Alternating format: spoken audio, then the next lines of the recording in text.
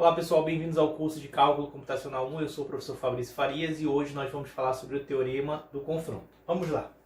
Sejam f, g e h três funções e vamos supor que exista um valor de r maior do que zero, tal que a gente consiga representar essas funções da seguinte forma.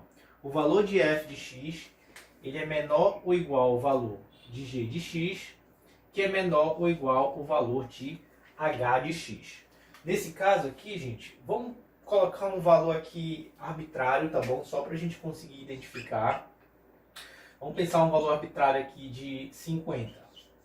Então, se o valor do g de x é igual a 50, o valor de f de x, naquele ponto específico lá que deu g de x 50, ele tem que ser menor ou igual ao valor de g de x. Por exemplo, ele pode assumir o valor 30.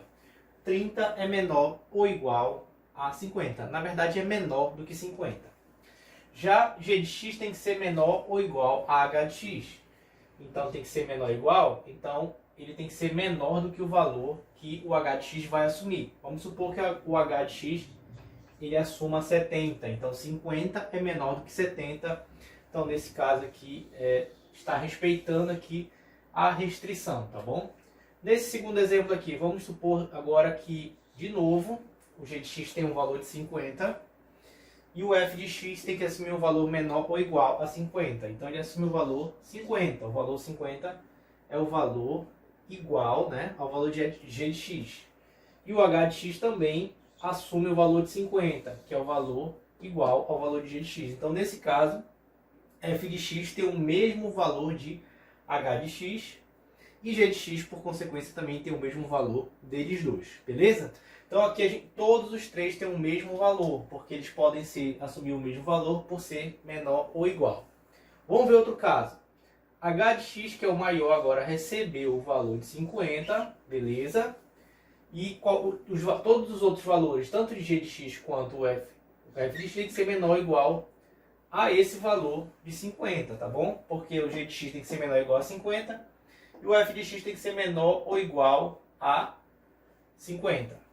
Nesse caso aqui, gente, vamos considerar que o f de x deu 50 também, certo? E o valor do f de x tem que ser menor ou igual ao g de x. E g de x pode assumir o valor de 50 porque ele tem que ser menor ou igual ao maior valor que também deu 50. Nesse caso, gente, pelo confronto, sendo que aqui eu tenho 50 aqui é 50, o único valor que o g de x pode assumir é o mesmo valor do f de x e do g de x, porque ele está confrontado por ambos os lados, certo? Por valor de 50, que é o valor da igualdade, tá bom? Então, aqui é uma exemplificação, tá?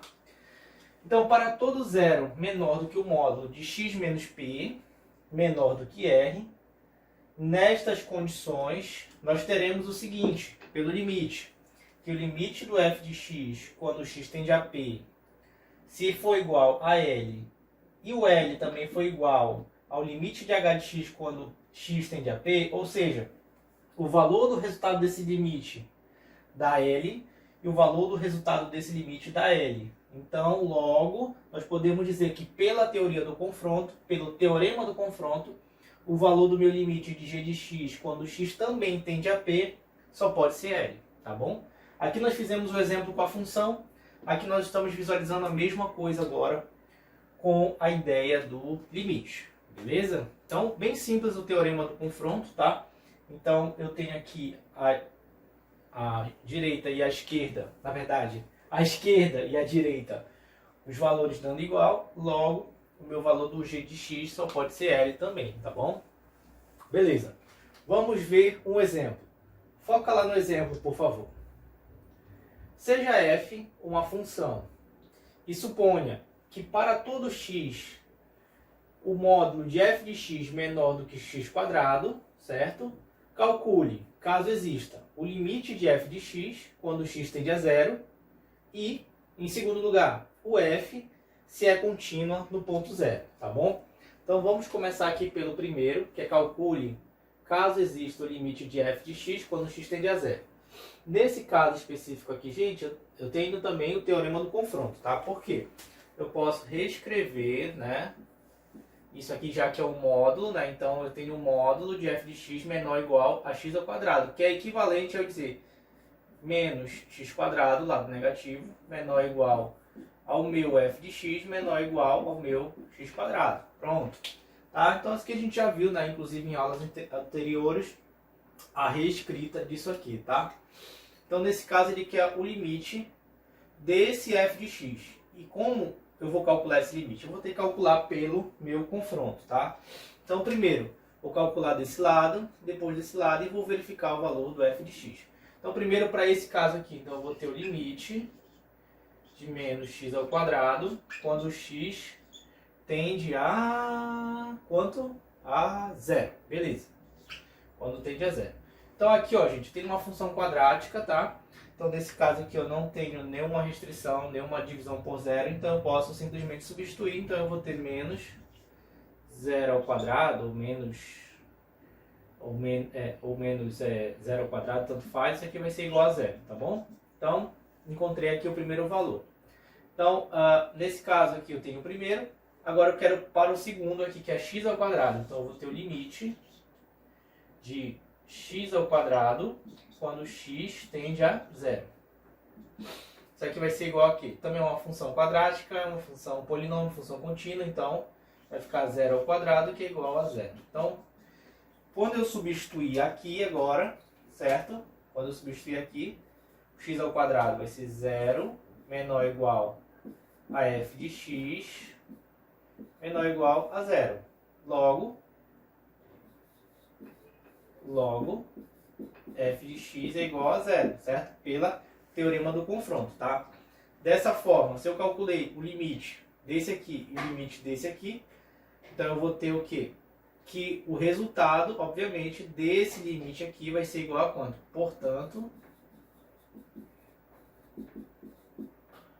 o limite de f de x quando x tende a zero é igual a zero, tá? Então a gente resolveu pelo teorema do confronto. A segunda pergunta, f é contínuo em zero? Bom, para f ser contínuo em zero, o resultado do meu limite, certo? Tem que ser igual a quê? O resultado da minha função nesse ponto específico. Então, quanto é o meu f de zero, tá? Então, eu vou calcular aqui o meu f de zero. F de zero é igual. Quem é o meu f de x, né? X ao quadrado. Então, o meu f de zero é igual a zero ao quadrado, que é igual a zero. Então, nesse caso, o resultado do meu limite, quando x tende a zero, da minha função f de x, é igual ao resultado da minha função f de x, né? Ou f de zero, nesse caso, né? Que é igual a zero. Então, como é o mesmo valor no ponto, certo? No ponto P aqui, que é zero, logo, ela é uma função contínua nesse ponto, tá bom? Bom, gente, essa é a ideia que nós gostaríamos de apresentar para vocês sobre o teorema do confronto dentro do nosso curso. Eu espero que vocês tenham entendido. Agradeço pela atenção e até a próxima.